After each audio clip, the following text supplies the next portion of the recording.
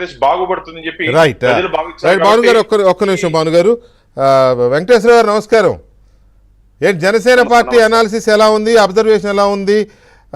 ఓవరాల్గా చూసినప్పుడు మీ మీ మిత్రపక్షాలు రెండు ఎలాగైతే ఆశాభావంతో ఉన్నాయో, మార్పు తథ్యం అనే ఆశాభావంతో మీరు అలాగే ఉన్నారా, లేకపోతే అక్కడక్కడ ఎక్కడన్నా డౌట్స్ కొడుతున్నాయా? వెంకటేష్ గారు, మీకు అలానే ప్యానల్ ఉన్నటువంటి పెద్దలందరికీ కూడా పేరు పేరున నమస్కారం. నమస్తే. మేము కూడా మీరు అన్నట్టుగా మార్పు అనేది తథ్యం. అది సీట్లు ఎన్ని అనేది ఇంకప్పుడే కష్టం. కానీ మీరు తులసిరెడ్డి గారు చెప్పినట్టుగా మేము కూడా ఇప్పుడు దాకా వాళ్ళతో ఫైటింగ్ చేసి వచ్చాం.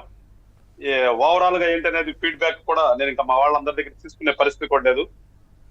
కానీ మార్పు అనేది మాత్రం స్పష్టంగా బనప్రసాద్ చెప్పినట్టుగా కనిపించింది. ఉదయం 6 గంటలకే పోలింగ్ బూత్ల దగ్గర నిలబడ్డారంటే ఖచ్చితంగా నేనైతే రవి గారు చెప్పినట్లుగా అదేదో వెల్ఫేర్ మాకు ఇచ్చాడు కృతజ్ఞత తీర్చుకోవడానికి అని నేనైతే ఉండదేమో అనుకుంటున్నా.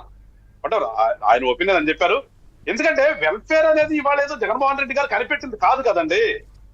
అది గత మనకి ప్రజాస్వామ్యం ఏర్పడినప్పటి నుంచి కూడా ఏదో ఒక రకంగా ఉంటా వచ్చిందే.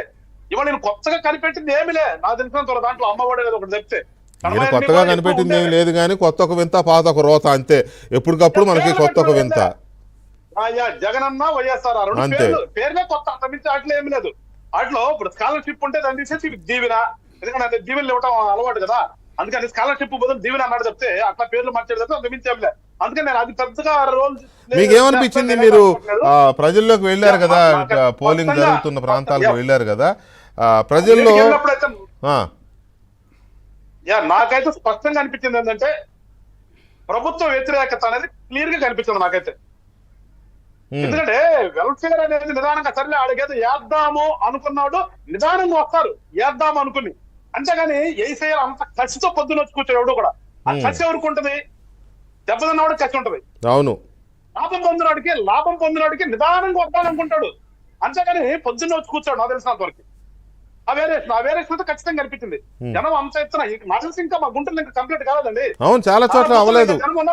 మీ ఉమ్మడి గుంటూరు జిల్లాలో చాలా చోట్ల అవ్వలేదు, ఇంకా నడుస్తున్నాయి. చాలా చోట్ల ఉన్నారు.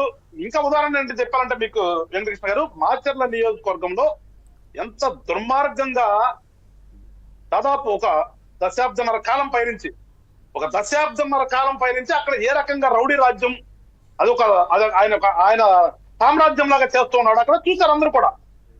అసలు ఏ ఎలక్షన్ లో కూడా నుంచుంటానికి వెళ్ళడానికి భయం.